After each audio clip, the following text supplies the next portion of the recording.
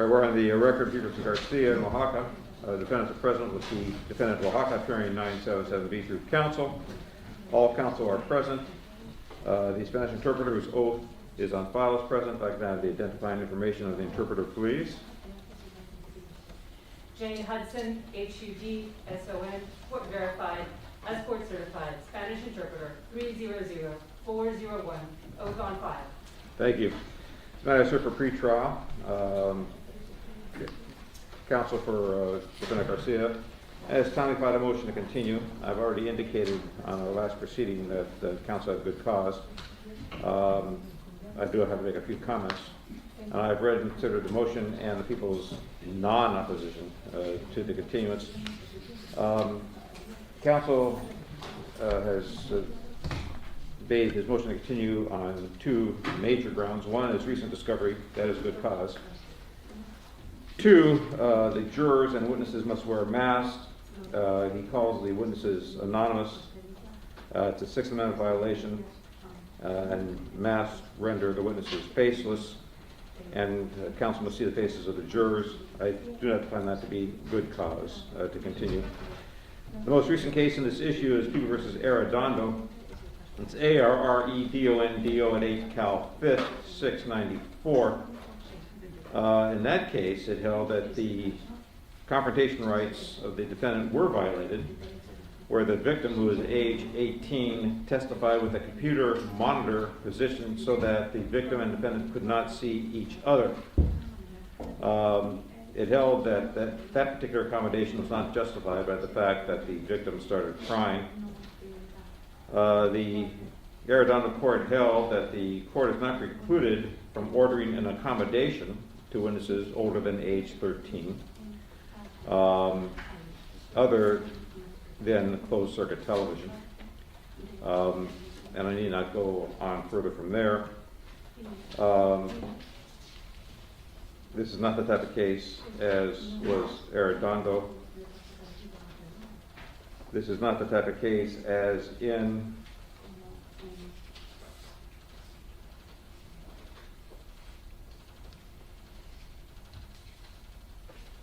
Coy versus Iowa, that's COY at 487 U.S.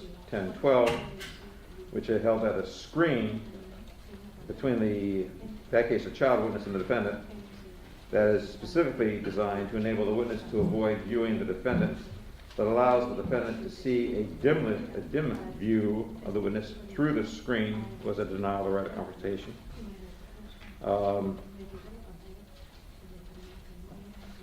And as such, this would not be an anonymous witness, as counsel would have the identification of the witness. Until there's a California case, assuming that on the next date we are still under a mask mandate, and I have no idea whether we're going to be or not, but until there's such a published California case, I do not find this to be a denial of the right of confrontation. The same with the faces of the jurors wearing masks. This is a statewide mandate. Counsel can see the demeanor of the jurors. The only thing that is covered is the nose and mouth. As I stated earlier, counsel does have good cause. The people have conceded counsel has good cause because of the discovery. With that in mind, the continuance is granted. Now we have an issue as to the calendar. May I be heard, Your Honor? Of course. There are, with regard to the mask mandate, obviously that's a sort of a bone of contention, for lack of a better phrase, for us, but it's immaterial at this point. At this point, yes, I understand. I agree. And who knows when or if the mask mandate will be in place at that time. We'll address it at that time. So I appreciate the court's guidance and putting up some guardrails in terms of the Arredondo case and how it held, and that will help guide us as we move forward. I would be shocked if the mask mandate is still in let's say, the existence by the time we try this case. Then again, I'm in shock that it's still in existence today. Right. I didn't expect that. That makes two of us. So, with apologies to counsel, I have an issue with the calendar. I have trials set all the way through not through next year, but into the good part of next year, including an 8-week special circumstances 2-defendant murder case. I can make this promise to counsel, and I'll tell council momentarily, I'll tell them right now, the first date that I have open on my calendar right now appears to be the first week of May. With that said, if for some reason that trial that I have is now set in March gets continued, and that's set at the very beginning of March, I will notify council with all due speed as soon as I hear, and perhaps this can be advanced. I apologize to council. All council here are experienced. They know the issues that goes on in the ninth floor. And right now it's beyond my control. Understood.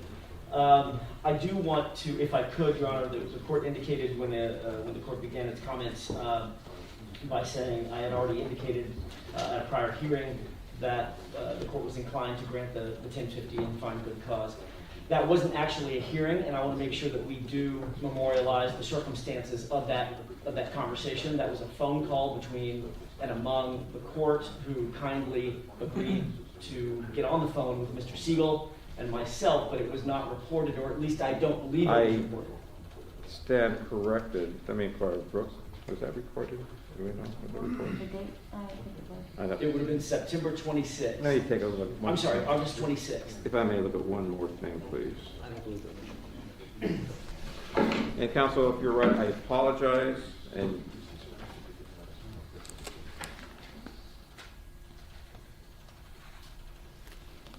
yes, I apologize. This was an informal hearing with counsel and the people. Right. And it was relating to discovery. I made certain views known.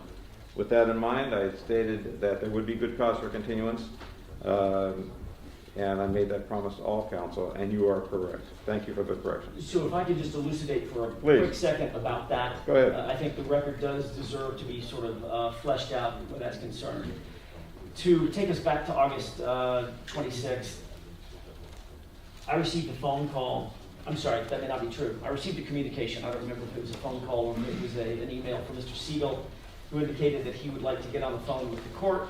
There was an issue that he wanted to raise. It dealt with some discovery, and I accommodated him and said, sure, if you have something to say, let's get on the phone and do it. And the court was equally accommodating, if not more so, took time out of its schedule, and the three of us got on the call. During the course of that conversation, Mr. Siegel revealed what can only be described as extraordinarily troubling information.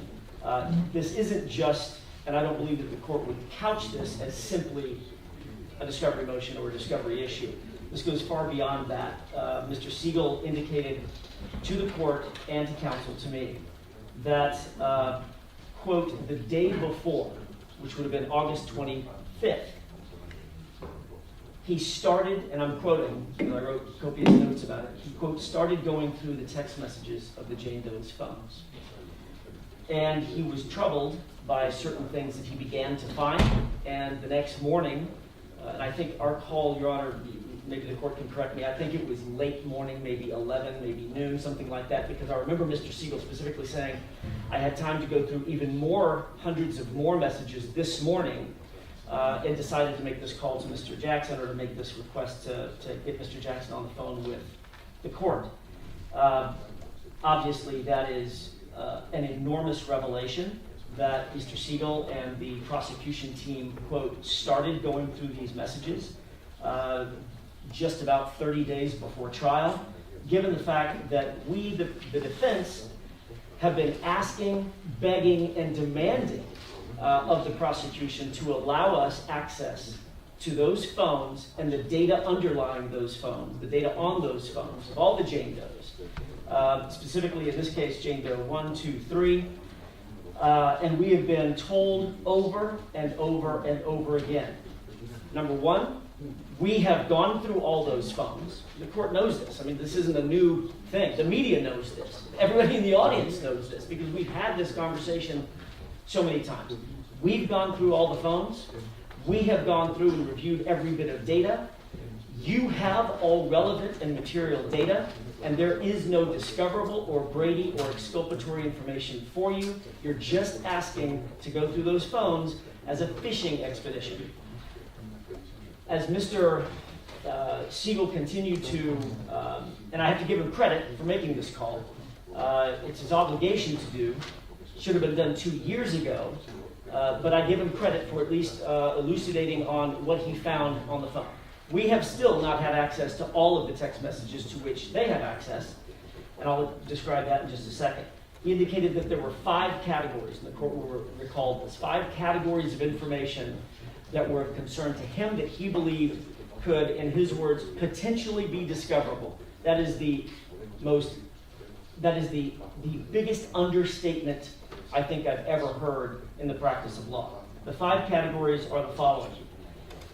Some or all of the JD's use of drugs, some or all of the JD's sexual conduct.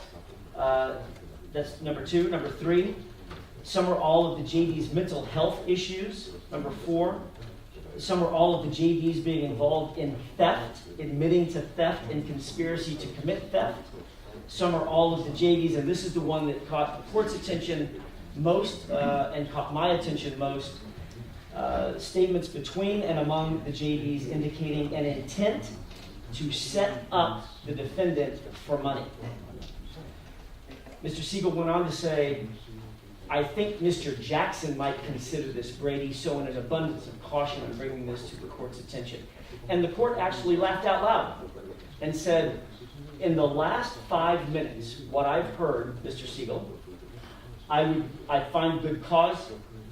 I'm telling you for guidance, because I think Mr. Siegel then went on to say, I'm asking for the court's guidance as to what to do. Of course, this court has made it vastly clear. It is not a discovery referee.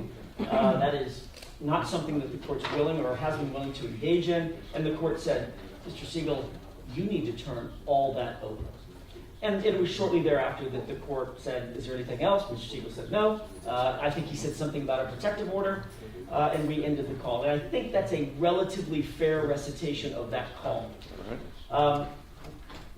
What's most troubling is that not only is this additional discovery, this isn't, a car was searched and a driver license got stuck between the seat and the console and the police officers forgot to log it, now they're turning that over.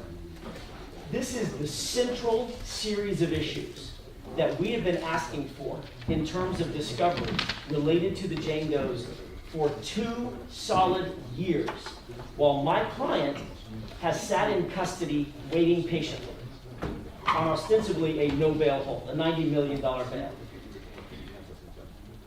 Mental health issues, theft issues, issues related to drug use, issues related to sex and sexual conduct, issues related to a specific intent to set up the defendant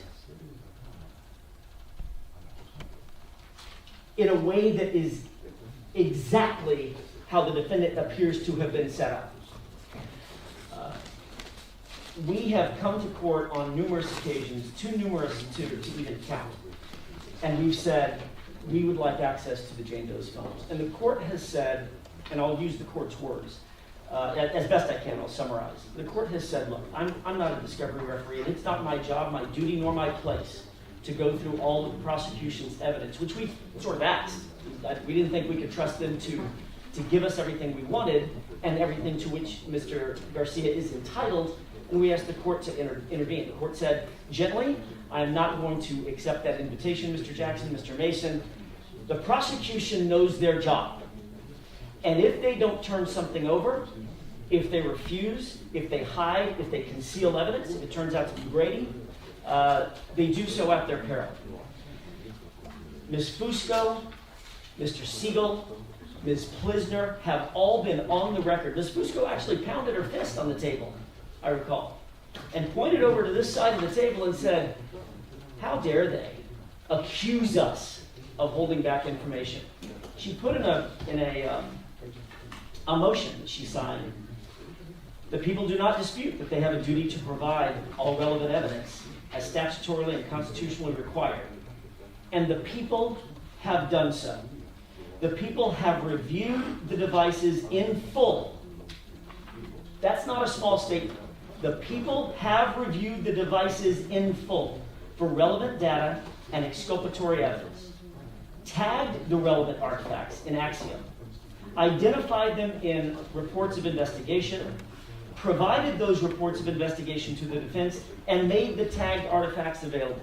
In other words, they've done everything that they needed to do. They've looked at all the evidence, they've looked at all the phones, they've made a comprehensive review of the data, and made a determination there's no relevant, material, or exculpatory information in any of it.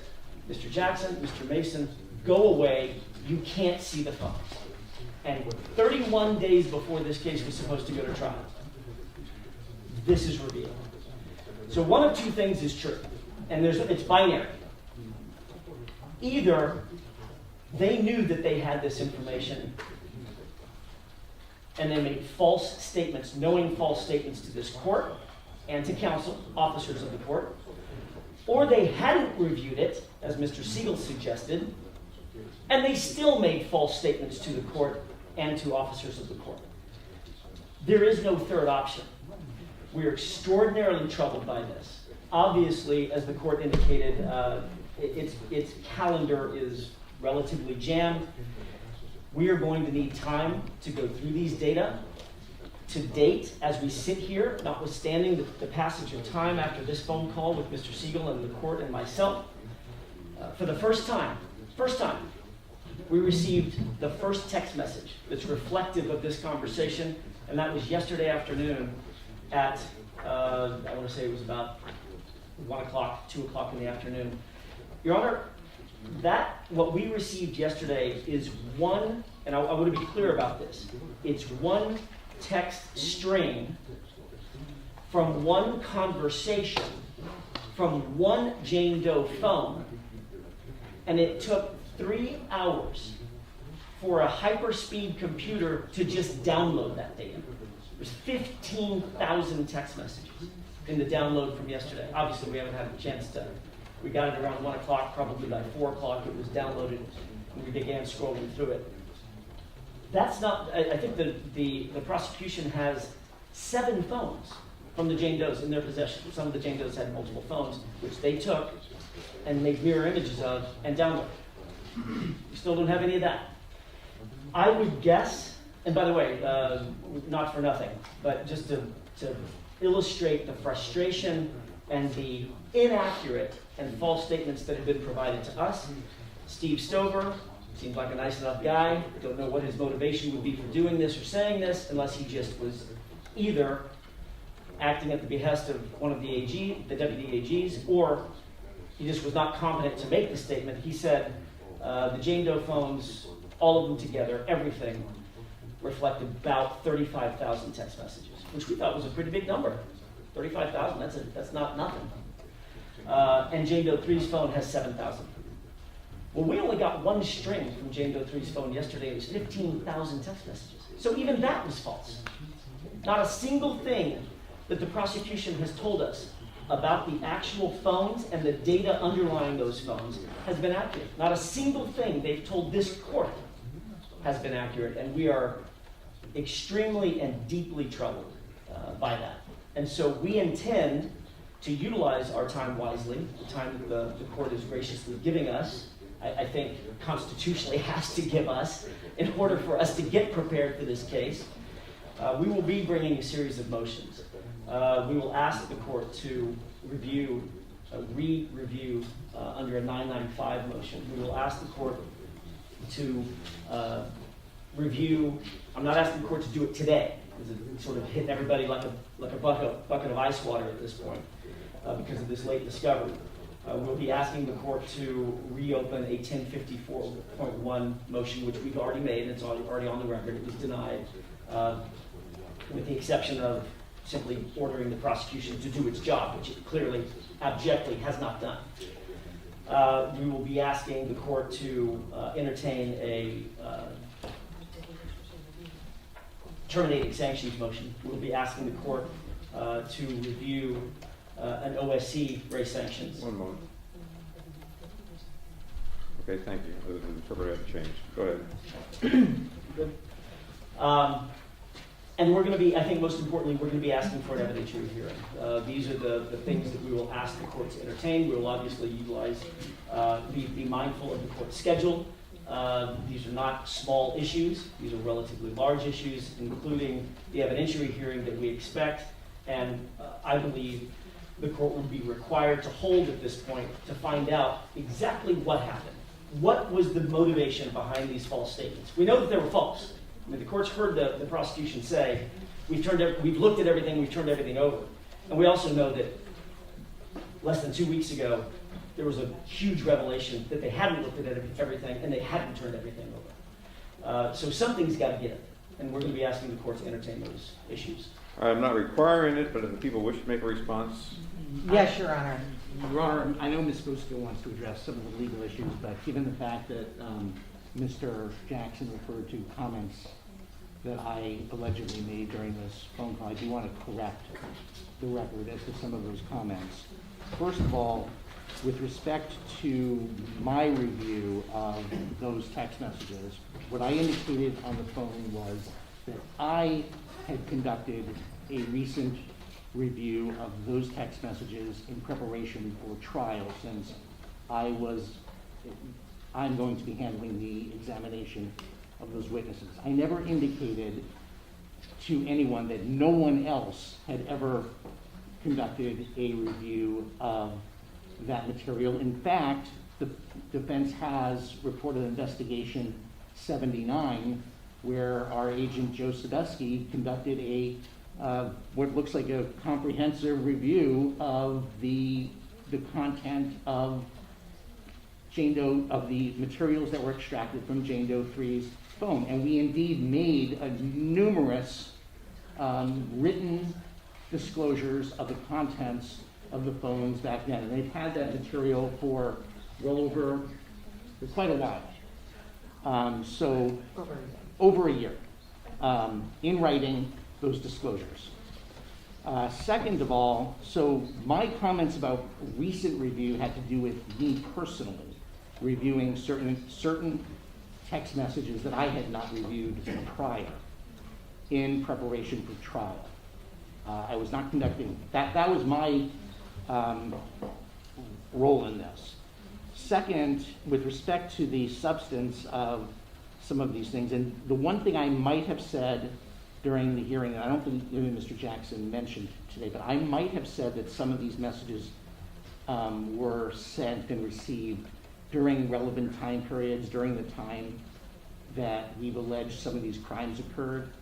That was a misreading of my notes, and this is all going to be, the messages speak for themselves. The defense has them now. All of these messages are several months, that I refer to, are several months after the allegations against Mr. Garcia. But with respect to the substance of them, I never said, all of the I would say 99% of the messages that I had reviewed at that point, and they're the messages that we sent over yesterday.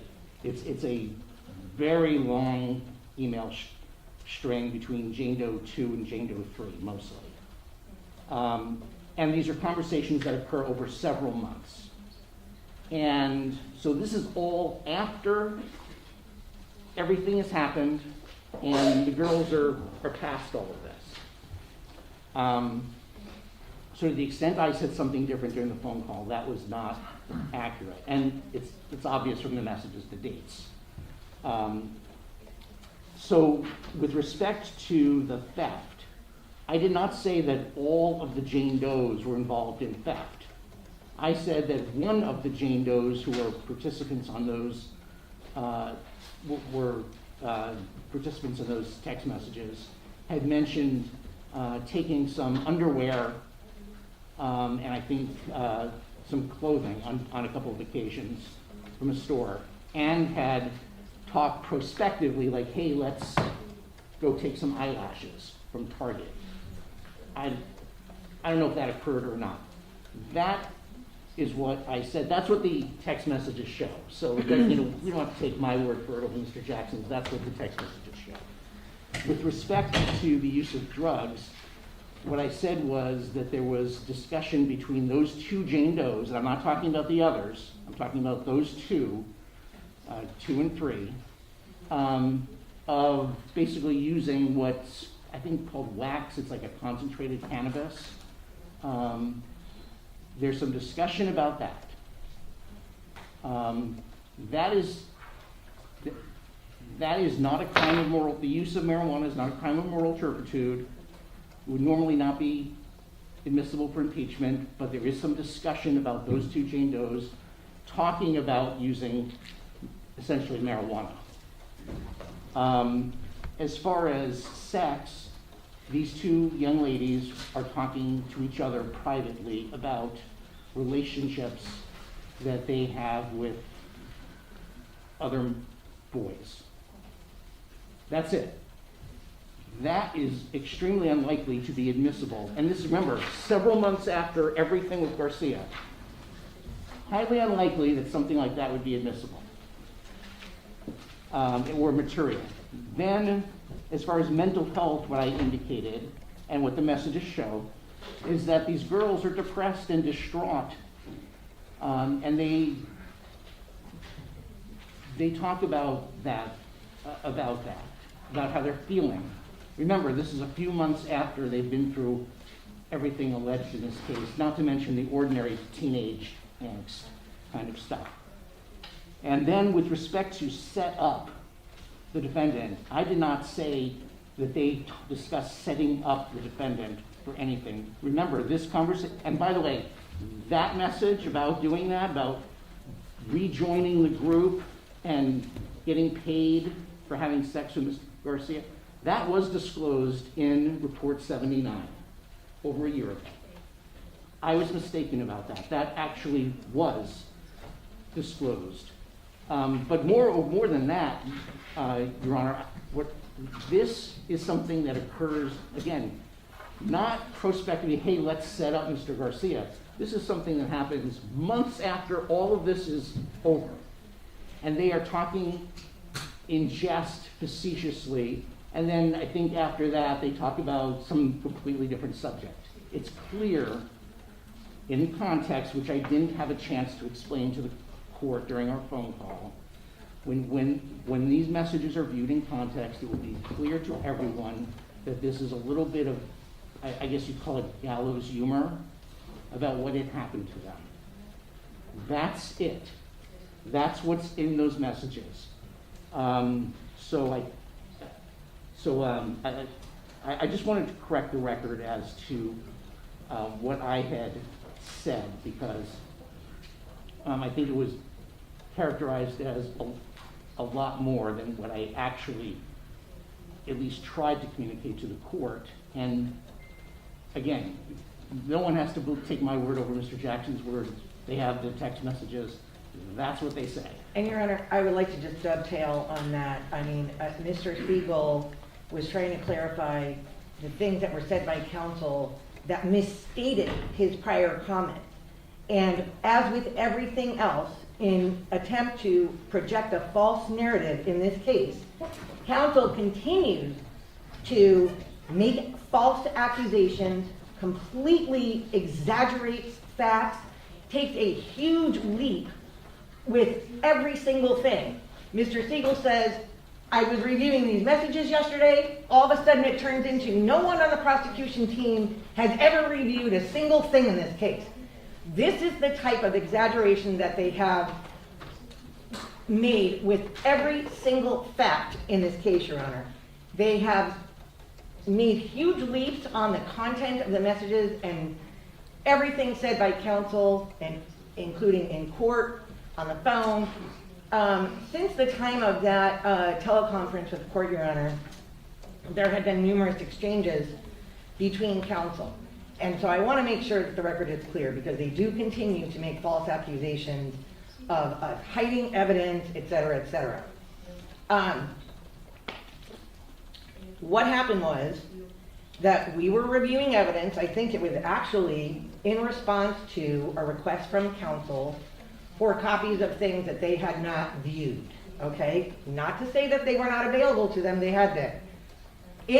But they specifically were asking for it. We were trying to accommodate them. In the process of reviewing what had been provided, Mr. Siegel was concerned that we had not specifically copied these particular items to send to council.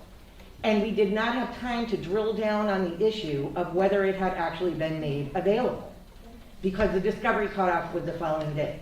The people did the absolute right thing, Your Honor, and brought it to their attention and to the attention of the court.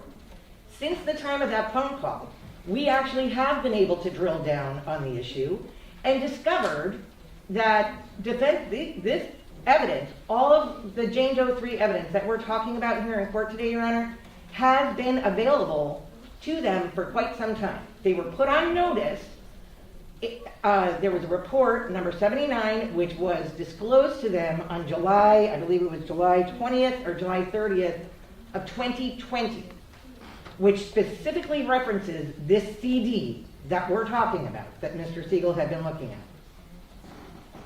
It was produced to them then the prelim occurred, and after that, the people were ordered to disclose the names of the Jane Does, etc. We went back, we provided unredacted copies of multiple reports, including that same one.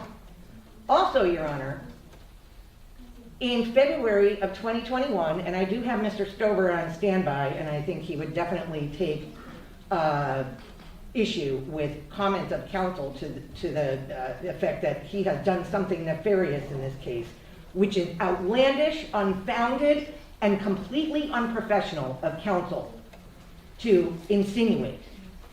But Mr. Stover sat for a week in Commerce, Your Honor, to accommodate the defense request to review relevant evidence which the people had tagged as to multiple devices, including the Jane Doe 3 device and other devices.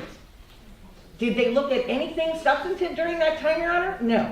They sent their expert, who showed up on 2 of the days, while they had reserved 5. He showed up on 2 of the days, and all he was interested in were word counts, message counts, then wanted to just be able to use their own search terms, to review entire phones, which they were not entitled to look at. Did not want to look at any of the substance, and this is all detailed in Mr. Stover's report. Did not look at anything of substance. And aside from those 2 days that Mr. Green was in Commerce, Your Honor, incidentally, I don't think Mr. Green works for Mr. Carey. The charges as to Jane Doe 3 pertain to Ms. Oaxaca. Those are the only charges that pertain to Ms. Oaxaca. So, as far as we know, although we provided the same reports to Mr. Carey, nor anyone representing him, has ever shown up in Commerce to review any of this evidence that has been available to them. Aside from the 2 days that Mr. Green was in Commerce with Mr. Stover, carrying on a bunch of nonsense instead of looking at the actual substantive evidence, aside from that, Your Honor, and I looked at the log myself and counted up, the defense has spent a total of 5.5 hours in Commerce in the 2 solid years that this case has been going on, to use Mr. Jackson's own comments about how much time has passed. Over 2 years, Your Honor, 5.5 hours. And they're so worried about the substance of this case, purportedly.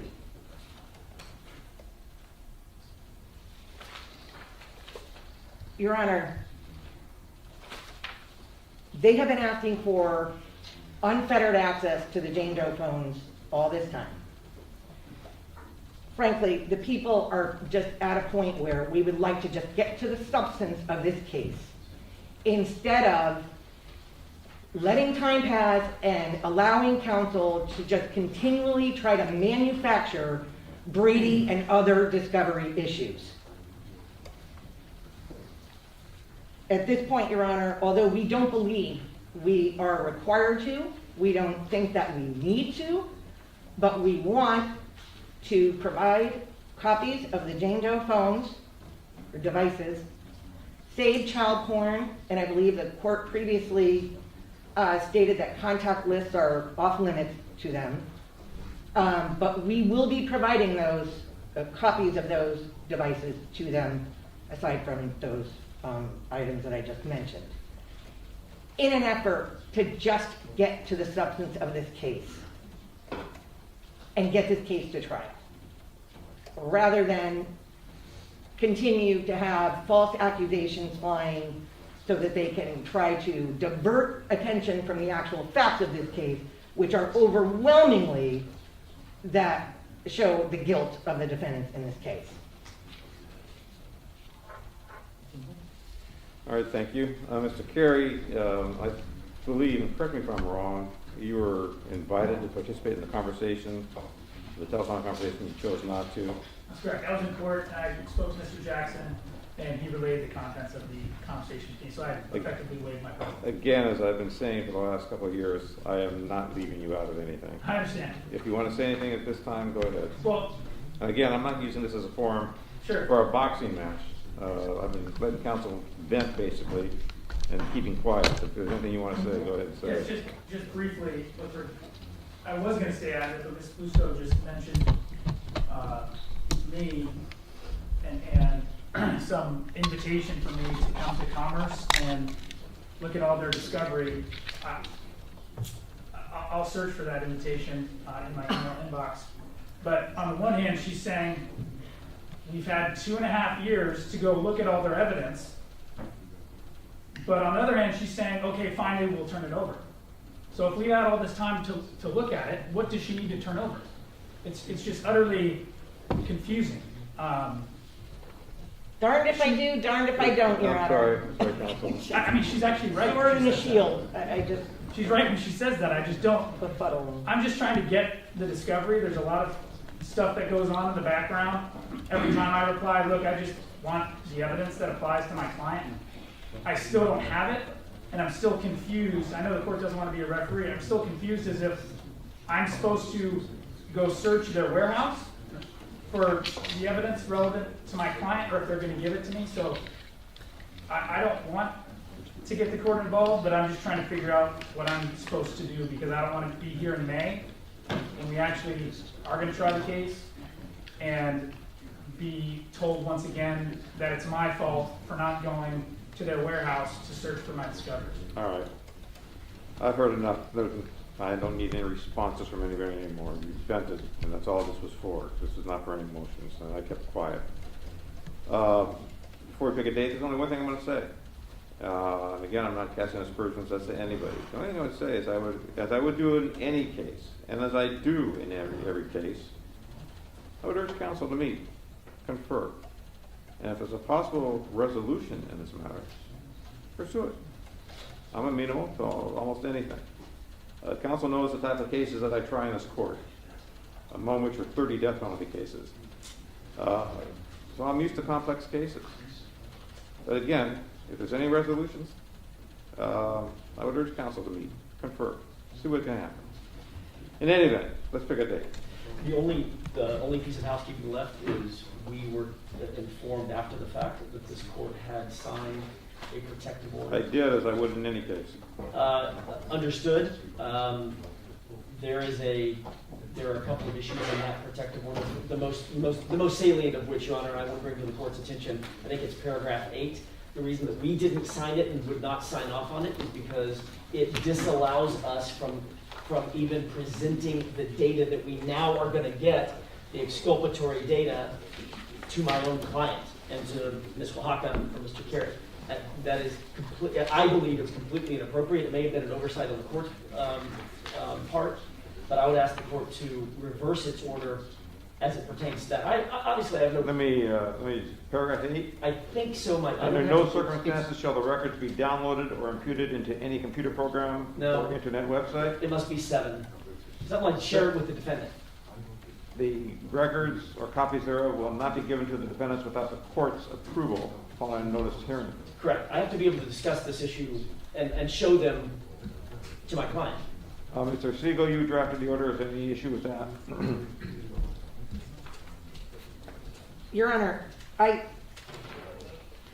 there still are concerns as to the Jane Doe's privacy, and I don't believe that it is necessary to actually show the defendant the contents. Of course, they can discuss facts with them, but this is really not different than the court's prior orders. So I don't think that it should be deleted. The court previously said, and rightfully so, you looked down from the bench and said, Mr. Jackson, I don't believe I could ever make a legal order that disallowed you from sharing information with No, your that's client." correct, and that's not what paragraph 7 says.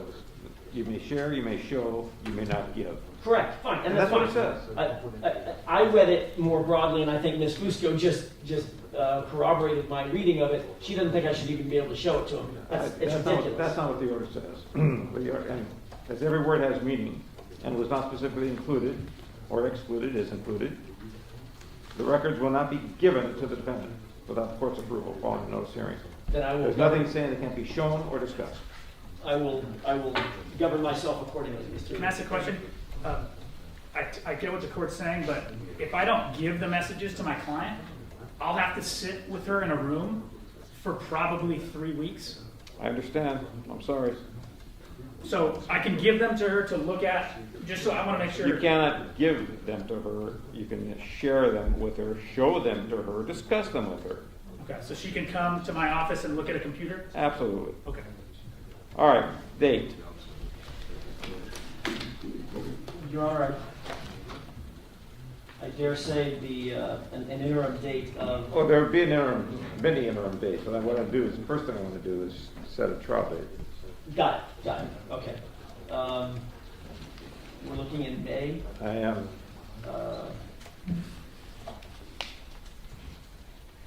Remarkably, my calendar is completely free in May.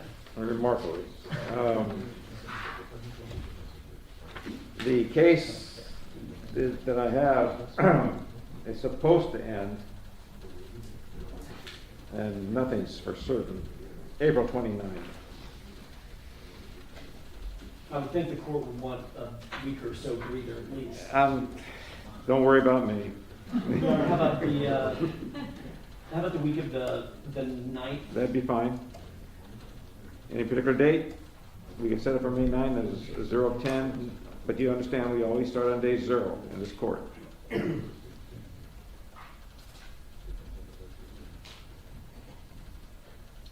Your Honor, will the court be setting a motion date based on that? I'll be setting pre-trial dates after this. First thing I want to do is cement the trial date. May I have just a moment? Sure.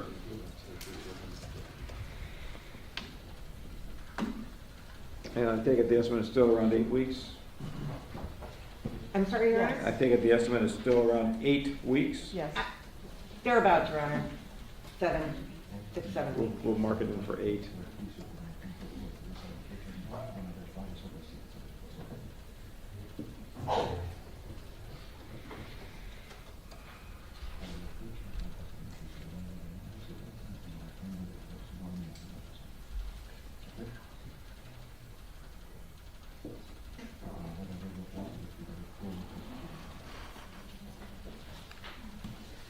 May 9th is fine, Your Honor. As 0-10? As 0-10. Does that agree with you, Mr. Garcia? Yes, And that was in Yes, Your English. Honor. On behalf of Defendant Oaxaca, is that agreeable with the defense? Yes, Your Honor. And is that, I take it, agreeable with the people? Yes, Your Honor. All right, this time, the matter will be set as day 0-10, understanding that the court will start on day 0, May 9, 2022, 8:30 a.m. The Department of Defendants are ordered to appear. As to the next day for pretrial and whatever motions are noticed, again, I'm going to inform counsel, I expect to be in constant trial, but that shouldn't stop counsel at all. I just may have to work around whatever schedule I have. I expect to be in constant trial starting October 4. But, what's a good day for any kind of motions? Or just the next pretrial, whatever's there. Your Honor, I would think that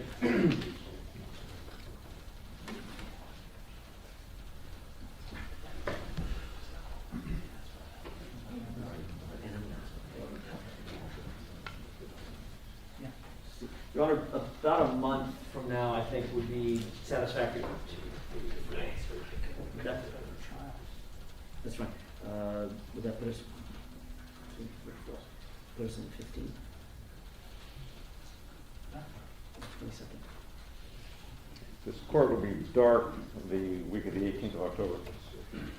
Then let's set it for the 15th if it works for the court's calendar, the Friday before you leave. All right, it'll be a jury trial that day, so we can try. Okay. All right, that's agreeable with all of the parties, by the people. Yes, Your Honor. And Ms. Carey? Yes, thank you. Matter set October 15, 2021, 8:30 a.m. as far as pre-trial, Defendant Garcia is ordered to appear. As far as it's been a while, at this time, so you may remain under Penal Code Section 977B. Thank you, Your Honor. Thank you, Your Honor. Thank you all. I heard Ms. Fusco indicate that it is the government's intention at this point to make all of the data of all of the change those phones I that heard is available, Yeah. not the CP, obviously. I have never corrected you. This isn't federal court. There's no government here, it's the people. But I accept that, and that's what I understood the people to say. Fine. I would ask that be made in the form of an order. I would ask the court to order the prosecution to timely or forthwith produce those data. This was an offer by the people. I have not changed any order I made. I accept the offer. I think it's gracious, and hope it would be forthwith. Again, I'm not making any order. Thank you, Your Honor. Thank you. Thank you, Your Honor. As soon as we'll take a short break to allow the cameras to leave, we're going to call the Durantes matter. Thank you.